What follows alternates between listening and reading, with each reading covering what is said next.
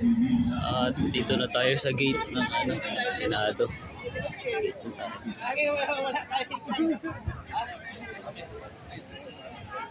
Kahit na gano'n, ang iniisip nila.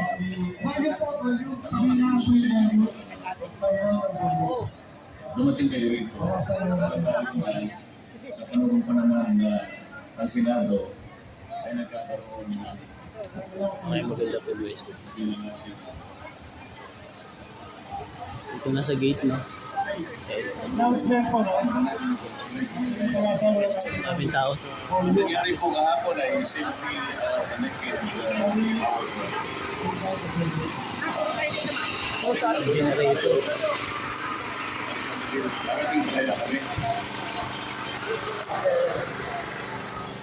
Attention muna tayo mga kababayan.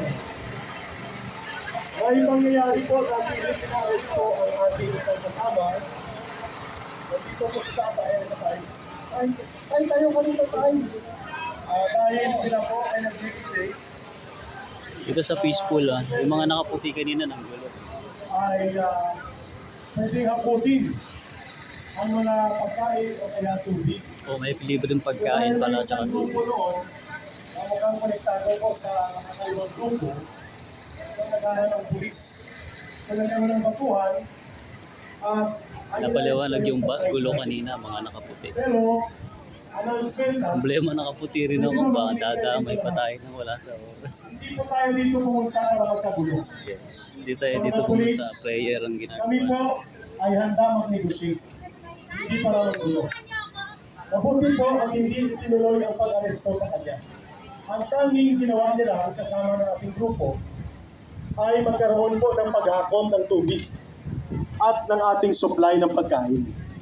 So, we will try to locate, Tatay Rani, kung sino ang ground commander. General Daus, Colonel Opriasa, let's try to locate sino ang ground commander dito. Wala pala. Hindi siyang ground commander, CRP director yun. So, may naka-assign na ground commander para sa ganito. So, we will locate, we will negotiate. Kasi ayaw nating magkagulo, hindi po tayo manggugulo. Pero magtatanggol tayo kapag ginulo tayo. Ulitin ko, hindi tayo magsisimula ng panggugulo. Pero magtatanggol tayo ng mapayapa sa ating hanay. So, mabuti na lang po, at hindi siya natuluyan, yan ang marka ng posas. Bali ito yung second lane, no? Doon sa first lane kanina, may mga gulo. Kaya, Puti. we request our retired police officers, kasama kami ni Tatay Rani, we will locate for the ground commander para mag-negotiate.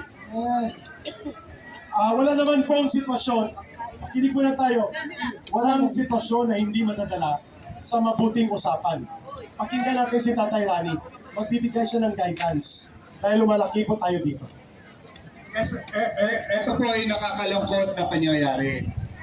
Kung yung ating mga senador ay talagang ginigipit sa loob, tayo pa kaya ngayon na ordinaryong mamamayan?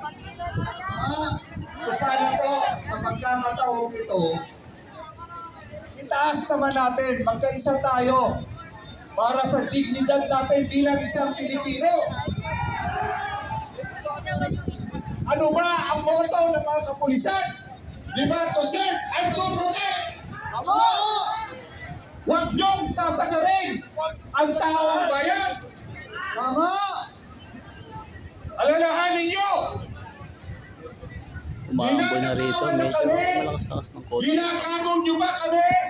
At ngayon, kikimigin niyo ba kami? Huwag niyong hintayin! May isa nang aresto kanina dun sa side ng mga puti. Dun sa first line of defense.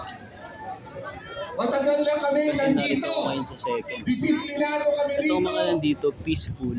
Malinis Mga ang nakaputi kapaligiran. Protektado. At kung ano meron kaming pagkain dito, sinishare namin sa inyong mga pulis. Alam